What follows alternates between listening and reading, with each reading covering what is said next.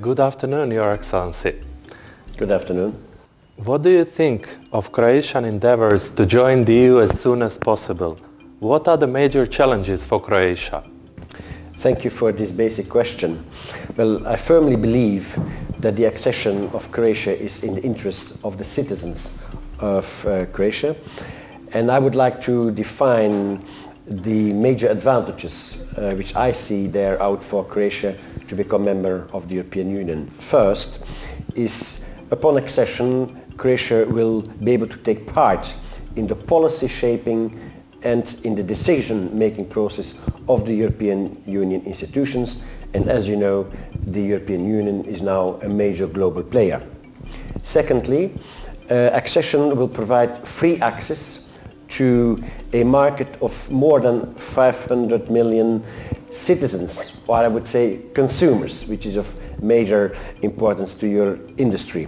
And thirdly, accession will enable you to benefit from significant funding, enabling Croatia to further modernize its economy and society. As far as the remaining major challenges are concerned, I would like to refer to the field of the judiciary and fundamental rights and the fight against corruption, as well as the restructuring of the shipyards.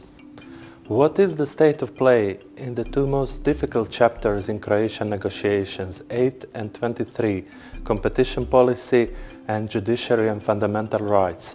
Could the negotiations be finished by the end of Hungarian presidency, by the end of June? Well, under Chapter 23, dealing, as I said, with the reform of the judiciary, the fight against corruption and organized crime, as well as the respect for fundamental rights, Croatia has to show that its reformed judiciary system is actually operational, and that there are effective investigations, prosecutions and court rulings in the fight against corruption, and that actually the fundamental rights are respected. That is in a nutshell what is required with regard to Chapter 23, and let me underline, of course, that all of these actions are primarily to be undertaken in the interests of the citizens themselves. And then under Chapter 23, in a nutshell, Croatia has to complete the process of restructuring the shipyards, which is of course a major challenge. Now, on the basis of my regular contacts with the government, I am absolutely clear in saying that a lot of hard work has been done, but we are not yet there. And how soon after the accession will Croatian citizens be allowed to work in most of the EU member states without the work permit? Right, that is of course very important, because I'm sure that many citizens are asking themselves the question, when can I go to these member states, when can I get a job there? Well, in the context of the negotiations, it has been agreed that the EU member states will have the possibility, and let me put the emphasis on the possibility, to apply at national level transitional measures concerning the access of Croatian nationals to their labour markets, in line, I would say, with similar arrangements which had been applied at the occasion of previous enlargements. Now, what we do not know, what I do not know today, is whether or not member states will wish to adopt such measures, nor do I know, by definition then, which member states are thinking of this. How much money could Croatia expect to get from the European Union in the first year after the accession? Would there be any extra costs after we join? And what would be a realistic amount regarding the experience of new member states? Well, at this stage, I do not wish to prejudge on the issue of future financial support from the European Union to Croatia upon accession, until there is a clear accession date identified. That is what we need first. Indeed, this question is directly linked also to the completion, of course, of the negotiations. And as you know, these negotiations are still ongoing. We know that the target date of the government here is to complete these negotiations by June. I hope that that is possible, but I cannot guarantee this. This depends really on whether or not the government will be able to deliver on all these difficult chapters about which we spoke.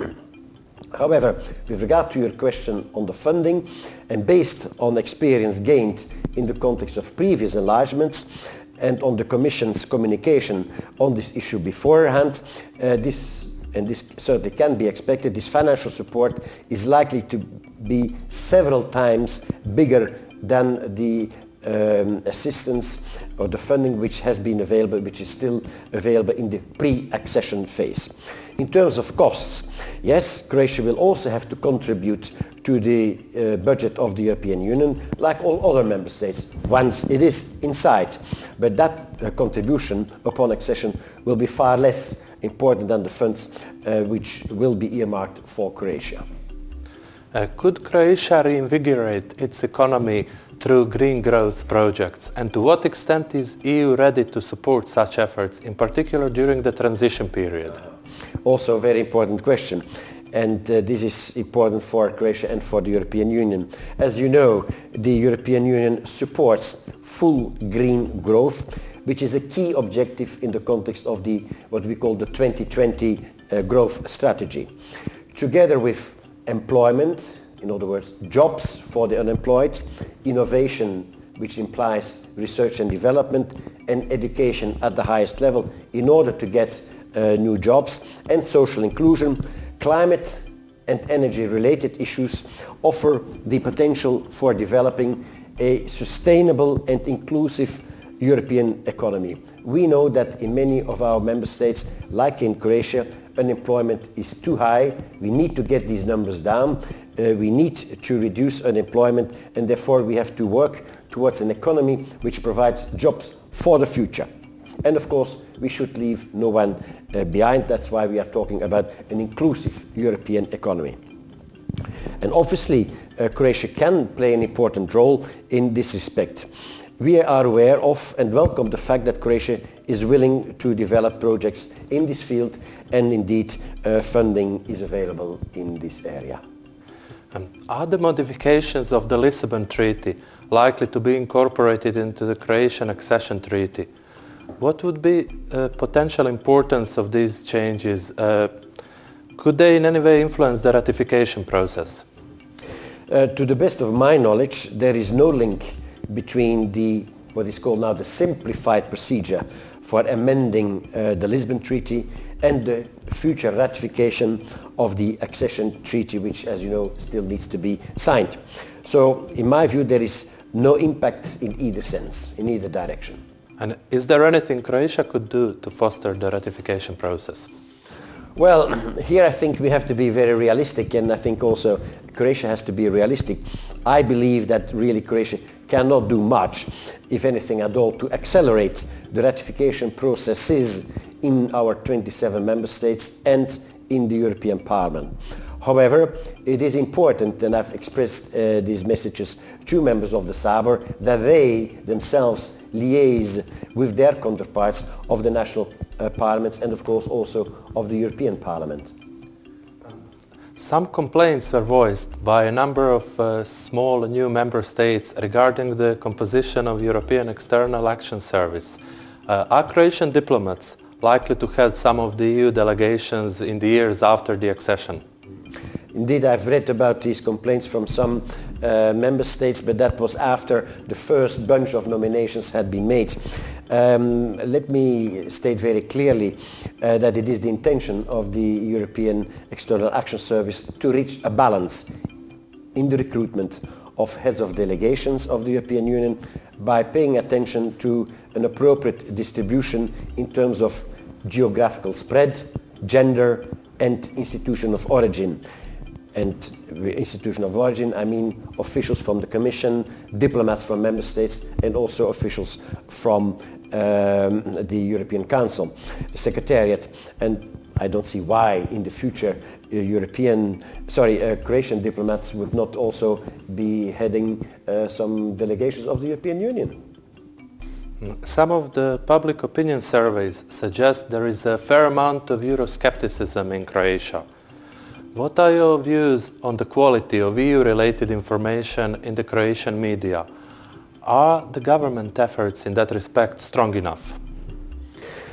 Well, I think it's fair to say, at least on the basis of a number of opinion polls which have been held in Croatia over the last year, that support from the Croatian citizens remains volatile, although the majority of those who intend to vote declared that they would vote yes in the future referendum.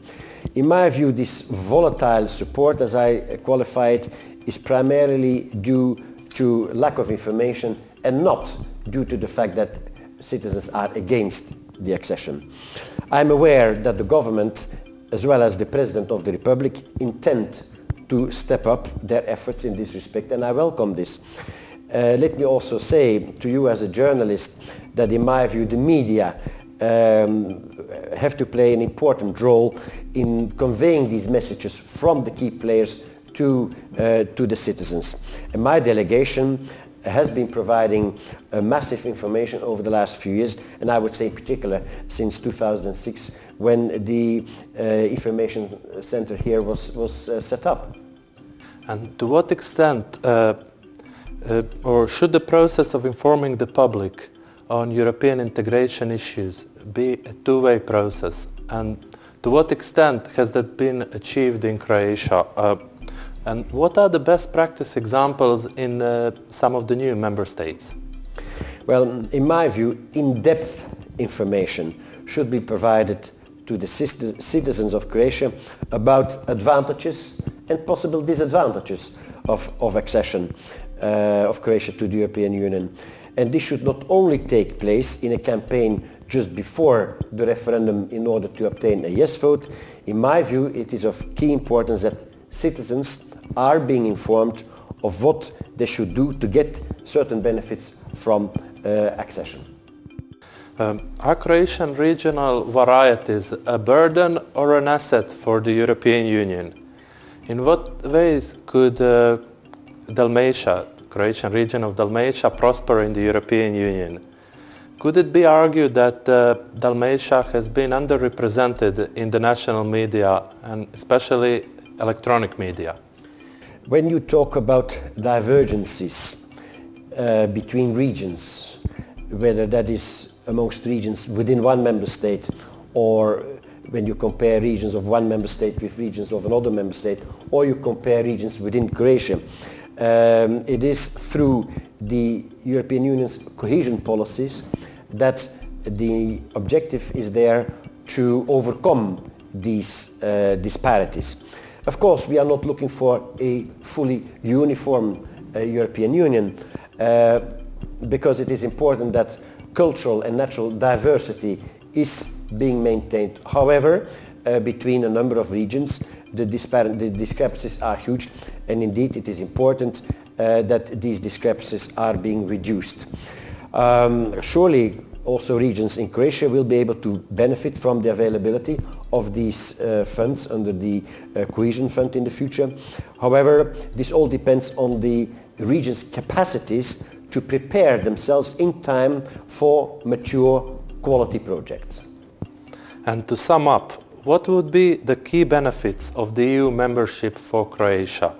Why does the European Union need Croatia, and why does Croatia need the European Union? I think I already responded in my answer to the first question with regard to what I see as being the advantages for Croatia to become a member of the European Union. But from the European Union's point of view, I would argue that Croatia can play, once it is member of the European Union, the role of bridge builder towards other countries in the region which also aspire towards EU membership.